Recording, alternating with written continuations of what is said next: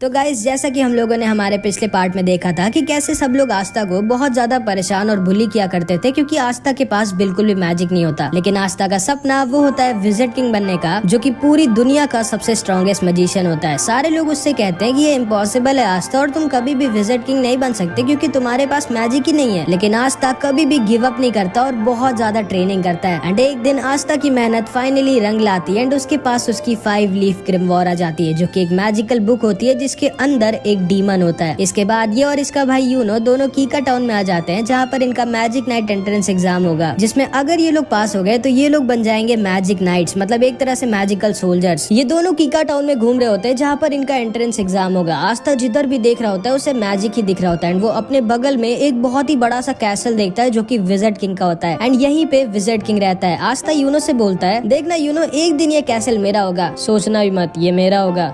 ये तो वक्त ही बताएगा कि हम दोनों में से कौन विजिट किंग बनेगा। इसके बाद हम देखते हैं आस्था, यूनो और बहुत सारे लोग एंट्रेंस एग्जाम देने आए होते हैं एंड आस्था सबसे पागलों की तरह कह रहा होता है, हेलो दोस्तों, मैं एक दिन विजिट किंग बनूंगा। एंड ताकि यूनो की बेइज्जती ना हो इसलिए वो ऐसे एक्टिंग कर रहा होता है जैसे वो आस्था को जानता ही नहीं है। आस्था यूनो दोनों एंट्रेंस गेट पर पहुंच जाते हैं एंड यूनो जब अपनी 4 लीफ ग्रिमवॉर दिखाता है तो सारे के सारे लोग शॉक्ड रह जाते हैं कि आखिर कौन है ये लड़का जिसके पास 4 लीफ ग्रिमवॉर है। एंड गार्ड उसे गेट के अंदर जाने देता है। लेकिन जब आस्था अपनी ग्रिमवॉर दिखाता है तो गार्ड को यकीन ही नहीं होता कि ये कोई ग्रिमवॉर है भी कि नहीं, क्योंकि आस्था की 5 लीफ ग्रिमवॉर इतनी ज्यादा रेयर होती है कि उसके बारे में कोई जानता ही नहीं है। लेकिन आस्था की बहुत ज्यादा रिक्वेस्ट करने के बाद गार्ड आस्था को भी अंदर जाने देता है। आस्था के पीछे एक लड़का खड़ा होता है जो बोलता है, ये लड़का काफी फनी लग रहा है मुझे। सारे के सारे बच्चे एंट्रेंस लॉबी में खड़े होते हैं एंड यहाँ पर जिसके पास जितनी कम मैजिकल पावर होती है उसके पास उतनी ज्यादा मैजिक बर्ड्स आती हैं एंड यूनो के पास एक भी मैजिक बर्ड नहीं आती। एंड सारे लोग सोच रहे होते हैं कि आखिर कौन है ये इतना स्ट्रॉन्ग मैजिशियन जिसके पास एक 4 लीफ ग्रिमवॉर भी है, इतनी स्ट्रॉन्ग मैजिकल पावर है कि एक भी चिड़िया इसके पास नहीं आ रही। एंड आते यूनो के पीछे 2-3 लड़कियां पड़ जाती है और हमारे बेचारे आस्था के पीछे ढेर सारी मैजिक बर्ड्स। एंड सारे लोग आस्था के ऊपर हंस रहे होते हैं कि लोग कौन है ये लड़का जिसके पीछे आधे से ज्यादा चिड़िया पड़ गई हैं। आस्था भागते भागते अचानक से एक आदमी से लड़ जाता है एंड ये आदमी बहुत ही ज्यादा बड़ा और ताकतवर दिख रहा होता है। आस्था को लगता है कि ये भी कोई बच्चा ऐसा है जो एंट्रेंस एग्जाम देने आया है एंड वो इससे पूछता है, तुम्हें लगी तो नहीं ना दोस्त। एंड ये आदमी आस्था का सिर पकड़कर उसको उठा लेता है और अपने हाथों से उसका सर पीसने वाला होता है और उससे कहता है, तुम जानते नहीं हो क्या मैं कौन हूँ। एंड ये आदमी कोई और नहीं बल्कि एक magic night squad black bulls का कैप्टन यामी होता है, जो कि सारे के सारे मैजिक नाइट स्क्वाड्स की सबसे बेकार स्क्वाड होती है। एंड आस्था बेचारा आते ही एक मैजिक नाइट स्क्वाड के कैप्टन से पंगा ले लेता है। यामी आस्था का सर पीसने वाला होता है, लेकिन तभी यामी के स्क्वाड के 2 मेंबर्स वहाँ पर आ जाते हैं, फिनरल और गॉर्डन। फिनरल बहुत ही बड़ा ठरकी होता है और गॉर्डन बहुत ज्यादा शांत और अच्छा होता है। फिनरल यामी से कहता है, अब यहाँ क्या कर रहे हो, जल्दी चलिए इवेंट स्टार्ट होने वाला है। जिसपे यामी बोलता है, अरे कुछ नहीं, मैं बस ऊपर जाने का रास्ता भूल गया था। एंड तभी एंट्रेंस एग्जाम स्टार्ट हो जाता है एंड यामी आस्था को छोड़कर वहाँ से चला जाता है। आस्था खड़ा होता है, तभी उसके पास ये लड़का दोबारा से आता है जिसका नाम सेके होता है एंड वो आके आस्था से दोस्ती कर लेता है। एंड तभी वहाँ पर सारे के सारे 9 मैजिक नाइट स्क्वाड्स के कैप्टन आ जाते हैं एंड ये सारे के सारे बहुत ज्यादा स्ट्रॉन्ग होते हैं। एंड कहा जाता है कि पूरी दुनिया में इन सबसे स्ट्रॉन्ग सिर्फ एक आदमी है जो कि खुद विजिट किंग है। इस कैप्टन का नाम विलियम होता है और ये गोल्डन डॉन का कैप्टन होता है एंड इसकी स्क्वाड वर्ल्ड की नंबर 1 स्क्वाड होती है एंड सभी का सपना इसकी स्क्वाड ज्वाइन करने का होता है। और वहीं पर यामी की स्क्वाड ब्लैक बुल सबसे खराब होती है और उसमें कोई भी नहीं जाना चाहता। आस्था सेके से पूछता है, विजिट किंग कहाँ है? जिसपे सेके आस्था से बोलता है, विजिट किंग थोड़ी ना इन सब छोटे मोटे इवेंट्स में आएंगे, वो हमारे किंगडम के किंग है और उनके पास और भी ज्यादा इंपॉर्टेंट काम होते हैं। विलियम सबसे कहता है, टाइम आ चुका है तुम सबके एग्जाम को स्टार्ट करने का। एंड वो अपना मैजिक यूज करता है एंड आसमान से एक बहुत ही बड़ा पेड़ नीचे आ जाता है एंड सारे के सारे कैंडिडेट्स को एक एक मैजिकल ब्रूम दे देता है, मतलब एक जादुई झाड़ू। ये तुम लोगों का पहला टेस्ट होगा और तुम सबको अपनी मैजिक पावर से उड़ना होगा। सारे के सारे बच्चे अपनी मैजिक पावर से उड़ने की कोशिश करते हैं और सारे कैप्टन सबको ऑब्जर्व कर रहे होते हैं। यूनो सबसे ऊपर उड़ रहा होता है और सारे के सारे कैप्टन्स को इम्प्रेस कर देता है। वहीं पर हमेशा की तरह आस्था बेचारा उड़ना तो छोड़ो, कूद भी नहीं पा रहा होता है इस झाड़ू को पकड़ के। तभी इन सारे कैप्टन्स में से एक कैप्टन नीचे जाकर एक लड़की को डांटता है जो इसकी बहन होती है एंड ये इससे कहता है, तुम ये एग्जाम देने क्यों आई हो? सिल्वर फैमिली की बेइज्जती मत कराओ, तुम ये एग्जाम पास नहीं कर पाओगी, चुपचाप घर लौट जाओ। एंड फिर वो वहाँ से चला जाता है एंड इस लड़की का नाम नोएल होता है। सेके आस्था से बोलता है, ट्राई करते रहो आस्था, तुम ये कर सकते हो। लेकिन हम सब ये जानते हैं कि आस्था ये नहीं कर सकता क्योंकि उसके पास मैजिक है ही नहीं। एंड इस वाले और इसके बाद की हर टेस्ट में आस्था बहुत ज्यादा खराब करता है। इसके बाद विलियम सबसे कहता है, अब तुम लोगों का फाइनल टेस्ट होगा। तुम सबको एक एक पार्टनर चूज कर लेना है जिसके साथ तुम लड़ाई करोगे। सेक्के आस्था से बोलता है चलो हम दोनों पार्टनर्स बन जाते हैं एंड आस्था उसकी बात को मान जाता है। इसके बाद आस्था और सेक्के दोनों तैयार होते हैं एक दूसरे से लड़ने के लिए। आस्था सेक्के से बोलता है ऑल द बेस्ट सेक्के, चलो हम दोनों अपना अपना बेस्ट देते हैं एंड जो भी हारेगा वो बुरा नहीं मानेगा और हम दोनों की दोस्ती पे कुछ फर्क नहीं पड़ना चाहिए। एंड अभी सेक्के अपना असली रंग दिखाता है। वो आस्था से बोलता है ध्यान से सुन गंदी नाली के कीड़े, मैं तेरा कोई दोस्त वोस्त नहीं हूँ। मैंने बस सिर्फ तुझसे इसलिए दोस्ती की थी क्योंकि मुझे पहले से पता था ये वाला टेस्ट होगा जिसमें हम लोगों को अपना अपोनेंट खुद डिसाइड करना होगा एंड इसीलिए मैंने तुमसे दोस्ती की थी ताकि तुम्हारे जैसे वीक लड़के को हरा कर मैं आराम से एक मैजिक नाइट बन सकूं। एंड ये कह के वो वहाँ से चला जाता है। आस्था एकदम शॉक्ड रह जाता है क्योंकि उसे लगा था कि उसको उसका पहला दोस्त मिल गया था। एंड ये सारे लोग भी बोलने लगते हैं क्या यार सेक्के तो बहुत चालाक निकला, वो आसानी से आस्था को हराकर मैजिक नाइट बन जाएगा एंड काश आस्था ने हम लोगों को चुना होता ताकि हम लोग उसको हराकर आराम से जीत जाते, क्योंकि इन सबको लग रहा होता है कि आस्था कोई बहुत ही बड़ा वीक लूजर है। सेक्के हंसते हुए तैयार होता है अपनी फाइट के लिए और अपनी ग्रिमवॉर निकाल कर तैयार हो जाता है। सारे के सारे कैप्टन्स और सब लोग श्योर होते हैं कि आस्था जीत नहीं पाएगा क्योंकि इन लोगों को पता ही नहीं होता है कि आस्था कोई लूजर नहीं है। इन लोगों की फाइट स्टार्ट होती है एंड आस्था अपनी ग्रिमवॉर से अपनी तलवार निकालता है एंड सेक्के के ऊपर सिर्फ एक अटैक करता है और सेक्के की बैंड बजा देता है। सारे के सारे लोग दंग रह जाते हैं कि ये क्या हुआ, ये लड़का तो बहुत स्ट्रॉन्ग है। एंड यूनो भी दूर से खड़ा होकर आस्था को देखकर हंस रहा होता है। सारे के सारे कैप्टन भी शॉक्ड रह जाते हैं एंड आस्था अपनी तलवार अपने कंधे पर रखता है और बोलता है मेरा नाम याद रखना सेक्के, आस्था, और मैं वो हूँ जो एक दिन बनेगा विज़र्ड किंग। इसके बाद और भी कई कंटेस्टेंट्स की लड़ाई होती है एंड फाइनली यूनो की बारी आ जाती है। यूनो से कोई लड़ना चाहता ही नहीं था क्योंकि कोई भी हारना नहीं चाहता था, लेकिन तभी यूनो के पास सलीम आ जाता है एंड इसी ने पहले यूनो पर अटैक किया था। ये यूनो से कहता है पिछली बार तो तुम बच गए थे लेकिन इस बार तुम नहीं बचोगे। एंड इन दोनों के बीच बहुत ही भयानक फाइट होती है लेकिन आखिरी में यूनो अपने मैजिक से सलीम को हरा देता है। इसके बाद एंट्रेंस एग्जाम खत्म हो जाता है और अब सारे के सारे कैप्टन की बारी होती है चूज करने की कि कौन से बच्चे को वो अपनी टीम में लेना चाहेंगे। अगर किसी भी बच्चे के लिए एक से ज्यादा कैप्टन ने हाथ उठा दिया तो बच्चे को डिसाइड करना होगा कि वो किसकी स्क्वाड में जाना चाहेगा। लेकिन अगर किसी बच्चे के लिए किसी भी कैप्टन ने अपना हाथ नहीं उठाया तो वो बच्चा फेल हो जाएगा। बहुत सारे बच्चे एक एक कर फेल हो रहे होते हैं और आस्था को बहुत टेंशन हो रही होती है कि वो फेल ना हो जाए। एंड फिर बारी आ जाती है यूनो की और जिंदगी में पहली बार 9 के 9 कैप्टन अपना हाथ किसी बच्चे के लिए उठा देते हैं क्योंकि ये सब के सब यूनो को अपनी टीम में लेना चाहते थे। अब यूनो को डिसाइड करना होता है कि वो किसके ग्रुप में जाएगा और यूनो गोल्डन डॉन यानी कि the best magic night squad चुनता है। एंड इसके बाद बारी आती है हमारे आस्था की। आस्था बहुत ज्यादा डरा होता है और मन में बस यही बोल रहा होता है प्लीज गॉड मेरे लिए बस कोई एक कैप्टन हाथ उठा दे। एंड आस्था का ऑक्शन शुरू होता है और कोई भी कैप्टन अपना हाथ नहीं उठाता है, जिसका मतलब था कि आस्था फेल हो जाता है। आस्था बहुत ज्यादा दुखी हो जाता है और वहाँ से जाने वाला होता है। लेकिन तभी यामी खड़ा होता है और बोलता है तुम जानते हो बच्चे तुम फेल क्यों हुए, क्योंकि तुम बहुत ज्यादा वीक हो और तुम्हारे पास मैजिक भी नहीं है। फिर आखिर तुम सोच भी कैसे सकते हो कि तुम मैजिक नाइट बन सकते हो। इसके बाद यामी अपनी मैजिकल पावर दिखाता है जो कि इतनी ज्यादा स्ट्रॉन्ग होती है कि आसपास की जमीन हिलने लगती है। वो नीचे कूदता है और आस्था के पास आकर बोलता है मैंने सुना कि तुम विज़र्ड किंग बनना चाहते हो, तुम्हें पता तो है ना विज़र्ड किंग बनने के लिए तुम्हें मुझे और उन 8 कैप्टन को हराना होगा। और तुम्हें क्या लगता है तुम हम 9 के 9 कैप्टन को कभी जिंदगी में भी हरा सकते हो? जिसपे आस्था बोलता है मैं जानता हूँ कि मैं बहुत वीक हूँ और मेरे पास मैजिक भी नहीं है, लेकिन मुझे फर्क नहीं पड़ता कि मैं कितना वीक हूँ। मुझे फर्क नहीं पड़ता कि आप सारे कैप्टन कितने स्ट्रॉन्ग हैं। अगर विज़र्ड किंग बनने के लिए मुझे आप सबको हराना पड़ेगा तो मैं आप सबको हराऊंगा एंड एक दिन मैं जरूर बनूंगा विज़र्ड किंग। जिसको सुनकर यामी जोर जोर से हंसने लगता है और आस्था से कहता है मुझे तुम पसंद आए बच्चे, मैं तुम्हें अपनी स्क्वाड में लूंगा और तुमसे बहुत मेहनत करवाऊंगा ताकि तुम बन सको विज़र्ड किंग। एंड जिंदगी में पहली बार किसी ने आस्था के सपने पर विश्वास किया होता है और उस पर हंसा नहीं होता है। आस्था बहुत ज्यादा खुश हो जाता है और यामी को थैंक यू बोलता है। एंड उसके बाद ये एंट्रेंस एग्जाम फाइनली खत्म हो जाता है और आस्था का पेट खराब हो जाता है। वो बाथरूम में हल्का होने गया होता है लेकिन तभी वहाँ पर सेक्के आ जाता है जो आस्था से अपनी हार का बदला लेना चाहता था। वो आस्था के ऊपर अपना मैजिक लिजर्ड छोड़ देता है और ये अगर आस्था को काट लेता तो आस्था की जान भी जा सकती थी। लेकिन तभी यूनो आकर आस्था को बचा लेता है और सेक्के को डरा कर उससे बोल सोचना भी मत कि तुम आस्था के टक्कर के हो या फिर तुम आस्था के आसपास भी आते हो। आस्था मेरा राइवल है, वो मेरी टक्कर का है, अब चुपचाप निकलो यहाँ से। एंड सेक्के डर के वहाँ से भाग जाता है। फिर आस्था और यूनो दोनों निकल जाते हैं अपनी अपनी मंजिल की तरफ। एंड जिंदगी में पहली बार अब ये लोग साथ में नहीं रहेंगे। यामी आस्था पर गुस्सा होता है क्योंकि वो बहुत देर से हग रहा होता है। इसके बाद फिनरल अपने मैजिक से एक पोर्टल खोल देता है और आस्था, यामी और ये दोनों आ जाते हैं ब्लैक बुल्स के बेस पर, जहाँ पे अब से आस्था रहेगा। आस्था खुशी खुशी अपने नए घर का गेट खोलता है लेकिन उसकी खुशी ज्यादा देर तक नहीं रहती क्योंकि बेस के गेट पर अचानक से एक ब्लास्ट हो जाता है और आस्था रॉकेट बनकर दूर जाकर गिर जाता है। यामी बोलता है स्वागत है तुम्हारा ब्लैक बुल स्क्वाड में। एंड इधर यूनो से एक उसका सीनियर जिसका नाम क्लॉस होता है वो बोल रहा होता है मुझे यकीन नहीं होता तुम्हारे जैसे गरीब लड़के को जो किसी रॉयल फैमिली का भी नहीं है उसको विल्ली विलियम सर ने गोल्डन डॉन में रख लिया। सोचना ही मत कि तुम अपनी जिंदगी यहाँ पर कभी मजे में बिता पाओगे। एंड ये कह के वो वहाँ से चला जाता है। एंड इधर आस्था अपने नए टीममेट से मिलता है और समझ जाता है ये सब के सब हिले हुए हैं। यामी सबसे चिल्लाकर बोलता है तोड़ फोड़ करना बंद करो तुम लोग। एंड वो खुद पीछे की दीवार तोड़ देता है। ये सारे के सारे यामी को देखकर बहुत खुश हो जाते हैं और यामी सबको आस्था से मिलाता है। आस्था सबसे बोलता है मेरा नाम है आस्था और मैं हाजे विलेज से आया हूँ। जिसको सुनकर ये सबके सब शॉक्ड रह जाते हैं कि आस्था इतने छोटे से गाँव से आया है और इतना गरीब है, लेकिन फिर भी उसने मैजिक नाइट एंट्रेंस एग्जाम पास कर लिया। फिर फिनरल आस्था को बाकी लोगों से मिलाता है। इस लड़की का नाम वेनेसा होता है एंड ये 1 नंबर की पियक्कड़ होती है। एंड ये आस्था के पास आकर बोलती है तो तुम्हारा नाम आस्था है, तुम्हें एक गर्लफ्रेंड चाहिए क्या? जिसको सुनकर आस्था बहुत शर्मा जाता है, लेकिन वो मना कर देता है क्योंकि वो सिस्टर लिली से ही प्यार करता है। एंड शायद वेनेसा ने थोड़ी ज्यादा पी रखी थी क्योंकि वो आस्था के सामने ही उल्टी कर देती है। फिर फिनरल आस्था को लक से मिलाता है जिसको लड़ाई करना बहुत ज्यादा पसंद होता है। एंड लक आस्था से पूछता है बताओ लड़ाई करोगे क्या मुझसे? एंड तभी आस्था के पास एक दूसरा लड़का आ जाता है और आस्था से कहता है ओए ये मेरी बहन है मारी और इससे दूर रहना वरना मैं तुम्हें मार डालूंगा। जिसपे आस्था कहता है मैं जानता भी नहीं हूँ ये लड़की कौन है भाई। इस लड़के का नाम ग्लॉच होता है एंड ये अपनी बहन से बहुत ज्यादा प्यार करता है, बहुत ही ज्यादा। एंड फिर वो बाकी के मेंबर से भी मिलता है। यामी बोलता है जिसको भी आस्था का टेस्ट लेना है जल्दी जल्दी ले लो। जिसको सुनकर उसके सामने मैग्मा खड़ा होता है और कहता है ठीक है मैं तुम्हारा टेस्ट लूंगा ये देखने के लिए कि तुम ब्लैक बुल्स ज्वाइन करने के लायक हो या नहीं, क्योंकि मुझे नहीं लगता कि तुम्हारे जैसा लड़का जो एक रॉयल फैमिली का भी नहीं है और एक गाँव से आया वो डिजर्व करता है मैजिक नाइट बनना। एंड अगर तुम मेरे टेस्ट में पास हो जाओगे तो तुम्हें मिलेगा ये मैजिकल रोब और तुम फाइनली एक मैजिक नाइट बन जाओगे। तो बोलो तुम्हें चाहिए ये ब्लैक बुल्स का रोब? हाँ चाहिए मुझे, अभी क्या भी चाहिए। फिर मैग्मा आस्था का टेस्ट लेता है एंड पहले तो उससे बहुत मुश्किल एक्सरसाइजेस करवाता है, लेकिन आस्था बचपन से ये सब करता आ रहा था तो वो आसानी से सब कर लेता है। एंड उसके बाद मैग्मा आस्था से कहता है ये तुम्हारा फाइनल टेस्ट और मैं अब तुम पर अटैक करूंगा और तुमको मेरे अटैक से बचना होगा। एंड फिर मैग्मा उस पर अपने मैजिकल फायर बैट बॉल से अटैक करने लगता है एंड आस्था आसानी से उसका अटैक्स डॉज कर रहा होता है, जिसपे मैग्मा थोड़ा गुस्सा हो जाता है। वो उसके ऊपर एक बहुत ही बड़ा और फास्ट फायर बॉल से अटैक कर देता है जिसको आस्था डॉज नहीं कर सकता था क्योंकि वो इतनी ज्यादा फास्ट और बड़ी थी। लेकिन तभी आस्था अपनी ग्रिमवॉर्ड से अपनी तलवार निकालता है और उसकी तलवार को देखकर सारे के सारे लोग शॉक्ड रह जाते हैं कि ये इतनी बड़ी तलवार उठाया कैसे हुआ है। एंड आस्था अपनी तलवार को बैट की तरह यूज करता है एंड मैग्मा के अटैक को वापस उसी के पास भेज देता है। यामी आस्था से बहुत इम्प्रेस हो जाता है क्योंकि ना तो सिर्फ आस्था अपनी तलवार से किसी के मैजिक को कैंसिल या फिर खत्म कर सकता है, बल्कि वो मैजिक अटैक्स को डिफ्लेक्ट करके वापस भी भेज सकता है। एंड ये सारे के सारे लोग समझ जाते हैं कि आस्था कोई ऐरा गहरा नहीं बल्कि काफी स्ट्रॉन्ग मैजिशियन है। मैग्मा भी आस्था के पास आता है और उसकी तारीफ करता है और उससे कहता है माफ करना मैंने ये बोला था कि तुम छोटे से गांव से आए हो, असल में जो तुम्हारे गांव के बगल वाला गांव है मैं वहाँ का हूँ। जिसको सुनकर आस्था शॉक्ड रह जाता है एंड ये सारे के सारे लोग भी आस्था की तारीफ करने लगते हैं। चार्मी भी आस्था को अपना केक दे देती है एंड आस्था की सबसे थोड़ी बहुत दोस्ती हो जाती है। एंड ऊपर से एक लड़की चुपचाप आस्था को देख रही होती है एंड वो आस्था पर पता नहीं क्यों बहुत ज्यादा गुस्सा होती है। एंड फिर आस्था को फाइनली मिल जाती है उसकी ब्लैक बुल्स की रोब, जिसका मतलब था कि आस्था अब ऑफिशियली एक मैजिक नाइट बन चुका है और अब यहाँ से आस्था की जिंदगी का एक नया सफर स्टार्ट हो जाता है। मैग्मा आस्था को उसका नया कमरा दिखाता है और उससे कहता है माफ करना यही एक बेकार सा कमरा खाली पड़ा है। लेकिन आस्था इतना बेकार सा कमरा पाके भी बहुत खुश हो जाता है क्योंकि जिंदगी में पहली बार उसको उसका खुद का कमरा मिला होता है एंड वो खुशी के मारे रोने लगता है। तुम्हें सच में कमरा पसंद आया आस्था? हाँ बहुत पसंद आया। चर्च में हम सारे के सारे इससे भी छोटे कमरे में साथ में सोते थे और अब तो मेरे पास खुद का एक कमरा है। एंड आस्था अपने कमरे की सफाई करने लग जाता है। इसके बाद आस्था और यूनो दोनों वापस चर्च भेजने के लिए एक एक लेटर लिखते हैं ये बताने के लिए कि वो लोग पास हो गए। यूनो का लेटर पढ़ के फादर और सारे लोग बहुत खुश हो जाते हैं और पार्टी की तैयारी करने लगते हैं। एंड आस्था की राइटिंग इतनी गंदी होती है कि कोई समझ ही नहीं पा रहा होता है कि उसने लिखा क्या है। फादर सिस्टर लिली से कहते हैं देखो उसमें क्या लिखा है, कब तक वापस आ रहा है आस्था, क्योंकि वो जरूर से पास तो नहीं हो पाया होगा। इसमें लिखा है कि वो पास हो गया। क्या? सारे के सारे चर्च के लोग शॉक्ड रह जाते हैं कि आस्था कैसे पास हो गया। मैक्स, सिस्टर लिली सब के सब बहुत ज्यादा खुश हो जाते हैं। बस फादर थोड़ा सा दुखी हो जाते हैं क्योंकि अब आस्था उनके पास वापस नहीं आएगा। आस्था सुबह सुबह खुशी खुशी उठता है और अपनी रोब पहनकर तैयार हो जाता है और जैसे ही वो अपने कमरे से बाहर निकलता है खंबे से लड़ जाता है। मैग्मा वहाँ आता है और पूछता है तुम ठीक तो हो ना बच्चे? हाँ सेंपाई मैं ठीक तो हूँ, लेकिन कल ये खंबा यहाँ पर नहीं था, आज अचानक से कैसे आ गया? ओ ये असल में हम लोगों का कैसल अपने आप शेप बदलता रहता है। जैसे कल हम लोग दूसरी मंजिल पे थे, आज हम लोग चौथी मंजिल पे हैं। तुम्हें थोड़े दिनों में इसकी आदत लग जाएगी। उसके बाद मैग्मा आस्था को पूरे कैसल में घुमाता है, किचन,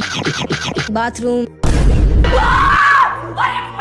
लड़कियों का बेडरूम जहाँ पे वो लोग नहीं जा सकते थे, और यामी के पेट्स के पास जो कि बेसमेंट में लॉक होते हैं। मैग्मा बोलता है ठीक है आस्था, आज तक इन सब की देखभाल मैं करता था और मुझे बहुत दुख के साथ कहना पड़ रहा है कि आज से तुम इन लोगों की देखभाल करोगे और इनका अच्छे से ख्याल रखना, क्योंकि यामी सर छोड़ेंगे नहीं तुमको अगर इनको कुछ भी हुआ तो। एंड आस्था यामी के पेट्स को खाना खिलाने के लिए आगे बढ़ता है, लेकिन ये पेट्स खाने को नहीं आस्था को खाना चाहते थे। वो दोनों वहाँ से भाग जाते हैं और हॉल में रेस लगाने लगते हैं, लेकिन तभी उनके सामने वही लड़की आ जाती है जो कल आस्था को ऊपर से देख रही होती है। एंड ये लड़की कोई और नहीं बल्कि नोएल होती है। एंड यामी ने आस्था के साथ इसको भी अपनी स्क्वाड में लिया होता है। मैग्मा बोलता है आस्था, इसने भी तुम्हारी तरह कल ही ब्लैक बुल्स ज्वाइन किया है। आस्था आगे बढ़ता है और नोएल से हैंडशेक करने के लिए अपना हाथ आगे बढ़ाता है, लेकिन नोएल उससे हाथ नहीं मिलाती और बोलती है किसने तुम्हें परमिशन दी मुझसे बात करने की गरीब कीड़े, जिसको सुनकर आस्था गुस्सा हो जाता है। फिर ये लड़की बोलती है मैं हूँ नोएल सिल्वा, रॉयल फैमिली की। एंड नोएल सिल्वर फैमिली की होती है जिसका ये कैप्टन भी था, और इनकी रॉयल फैमिली पूरे किंगडम में नंबर 2 पर आती है विलियम की फैमिली के बाद। आस्था गुस्से से बोलता है कीड़ा किसको बोली हो तुम, यहाँ पर तुम कोई रॉयल नहीं हो, तुम भी मेरी तरह एक ब्लैक बुल्स की मेंबर हो और हम दोनों टीममेट्स हैं। नोएल आस्था पर गुस्सा हो जाती है और वो उसके ऊपर एक मैजिकल अटैक कर देती है, बट नोएल का निशाना इतना खराब होता है कि उसका अटैक जाकर मैग्मा को लग जाता है। मैग्मा उठता है और बोलता है मुझे क्यों मारा, मैं तो कुछ बोल भी नहीं रहा था। जिसपे नोएल बोलती है मुझे तुम पसंद नहीं हो इसलिए। क्या बोला तुमने, तुम्हें पता नहीं है कि मैं तुम्हारा सीनियर हूँ और तुम्हें सीनियर से कैसे बात करनी चाहिए। अगर तुमको ब्लैक बुल स्क्वाड में रहना है तो तुमको अपने सीनियर्स की इज्जत करनी होगी। जिसपे नोएल मैग्मा से कहती है मैं खुद नहीं आना चाहती थी स्क्वाड में। एंड वो ब्लैक बुल्स के रोप को उनके सामने फेंक कर वहाँ से चली जाती है। इसके बाद आस्था ऐसी अपने बेस के बगल वाले बगीचे में घूम रहा होता है, लेकिन तभी उसके ऊपर अचानक से एक वाटर अटैक आ जाता है। वो सोचता है अबे ये कहाँ से आया। वो थोड़ा सा अंदर जाता है तो देखता है नोएल प्रैक्टिस कर रही होती है, लेकिन वो चाहे जितना भी ट्रेन कर ले उसका निशाना कभी सही से लगता ही नहीं है। एंड इसीलिए उसकी रॉयल फैमिली में सब उसका मजाक उड़ाया करते थे, क्योंकि वो अपने सारे भाइयों बहनों में सबसे वीक थी। एंड जब वो पैदा हुई थी तभी उसकी मम्मी खत्म हो गई थी, इसलिए उसके भाई बहन उससे और ज्यादा नफरत करते थे। आस्था चुपकर नोएल को देख रहा होता है और तभी नोएल आस्था को देख लेती है। एंड आस्था को देखते ही नोएल को लगता है कि अब आस्था भी सबकी तरह उसका मजाक उड़ाएगा। एंड वो आस्था के ऊपर अपना अटैक करने लगती है, लेकिन वो अपने मैजिकल पावर संभाल नहीं पाती और खुद के ही मैजिकल अटैक में फंस जाती है। एंड क्योंकि नोएल रॉयल फैमिली की होती है इसलिए उसमें बहुत ज्यादा मैजिकल पावर होती है। एंड वो खुद के एक बहुत ही ज्यादा स्ट्रॉन्ग मैजिकल अटैक में फंस गई होती है। ये लोग भी बाहर आकर देखने लगते हैं कि नोएल खुद ही अपने मैजिक में फंस गई है। फिनरल बोलता है हमें जल्दी से कुछ करना होगा वरना नोएल खत्म हो जाएगी। जिसपे यामी बोलता है हम लोग इस पे कुछ नहीं कर सकते, क्योंकि अगर उस चीज पर हमने अपना मैजिक यूज किया तो हम लोग नोएल को भी हर्ट कर देंगे। एंड अभी केवल वही कुछ कर सकता है। फिनरल पूछता है कौन। एंड तभी नोएल के अटैक से आस्था सीधे उड़ के यामी के हाथों में आकर गिर जाता है। यामी बोलता है बिल्कुल सही टाइम पे आया तुम, मैं तुम्हें ही ढूंढ रहा था। अब वहाँ ऊपर जाओ और अपनी तलवार से नोएल के मैजिक को खत्म कर दो। आस्था कहता है हाँ वो तो ठीक है, लेकिन मैं वहाँ ऊपर जाऊंगा कैसे, तुम उसकी चिंता मत करो बच्चे। एंड यामी आस्था को उड़ाकर नोएल के पास फेंक देता है। एंड आस्था अपनी एंटी मैजिक से नोएल के मैजिक को खत्म कर देता है और नोएल को बचा लेता है। ये दोनों नीचे गिर रहे होते हैं, तभी फिनरल अपने मैजिक से इन दोनों को बचा लेता है। यामी जोर जोर से हंसने लगता है और आस्था से कहता है मुझे तुम बहुत पसंद हो लड़के। एंड तभी नोएल भी होश में आ जाती है। उसे लगता है कि आस्था उसके पास आकर अब सबकी तरह उसका मजाक उड़ाएगा कि वो सही से मैजिक यूज नहीं कर सकती, लेकिन आस्था उसके पास आकर उसकी तारीफ करने लगता है। वो उससे कहता है मुझे यकीन नहीं होता तुम्हारे पास कितना ज्यादा मैजिक पावर है। अगर तुम अपनी मैजिक पावर कंट्रोल करना सीख गई तो तुम बहुत ही ज्यादा स्ट्रॉन्ग हो जाओगी। एंड ये सारे के सारे लोग भी नोएल की तारीफ करने लगते हैं और उससे बोलते हैं चिंता मत करो, हम सब तुम्हारी मदद करेंगे ताकि तुम अपनी पावर्स को कंट्रोल करना सीख सको। नोएल भी बहुत खुश हो जाती है क्योंकि वो समझ जाती है कि उसको उसकी असली फैमिली से भी अच्छी फैमिली मिल गई है। आस्था फिर से नोएल की तरफ अपना हाथ बढ़ाता है और इस बार नोएल आस्था का हाथ पकड़कर खड़ी हो जाती है। एंड नोएल को आस्था थोड़ा सा अच्छा लगता है, मतलब समझ रहे हो।